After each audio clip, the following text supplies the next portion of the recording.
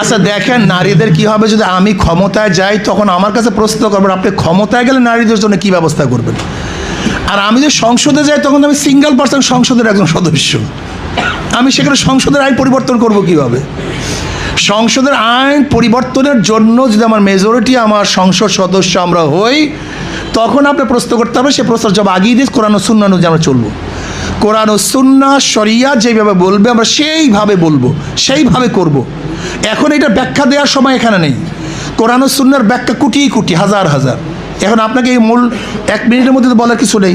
শুধু এতটুকু বলবো যে আমাদেরকে জনগণ ক্ষমতায় বসায়, যদি জনগণ আমাদেরকে ভোট দেয়, আল্লাহ যদি কবুল করেন, তাহলে অবশ্যই কোরআন ও সুন্নাহ অনুযায়ী কাজ করব। কোরআন ও সুন্নাহ, আর যদি আমি একা যাই, তাহলে কোরআন ও সুন্নাহর পক্ষে বক্তৃতা করব।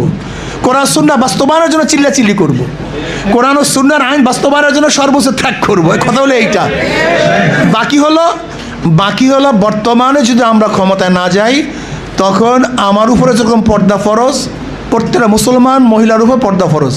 শুধু পর্দা কিন্তু মহিলাদেরও ফরজ না, পুরুষেরও ফরজ। আমি আমার ফরজ আদায় করব, সে তার ফরজ আদায় করবে। সে করবে কি করবে না সেটা তার ব্যাপার, কিন্তু আমি তো ফরজ আদায় করব, বাস।